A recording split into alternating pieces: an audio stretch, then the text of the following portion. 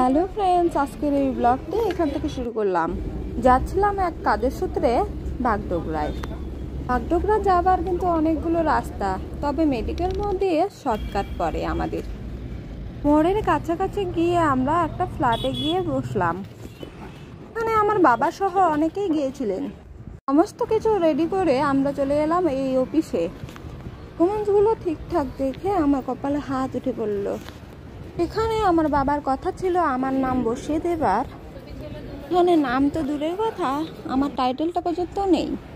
সেই জন্য আমি রাগ করে বাড়িতে আসার জন্য গাড়িতে উঠে পড়লাম। বলে ভাবো, আমাদের অলিতে গলিতে কত ঠক মানুষ রয়েছে। দিনে দুপুরে এভাবে ভুল কাজ করেই মানুষের দিন চলে যাচ্ছে। কাউকে অন্ধের মতো বিশ্বাস করা আর নিজের মুখে গোবর ছোড়া একই ব্যাপার। যে উকিল ম্যাম আমাদের কাজটি করেছিলেন, তিনি আবারও সংশোধন করে কাজটি সম্পূর্ণ করলেন। তিনি এটাও বলেছিলেন যে তোমাদের কাজের মানুষগুলোই এসব করতে বলেছিলেন। এই ব্লগটি বুঝতে পেরেছো তো তোমরা?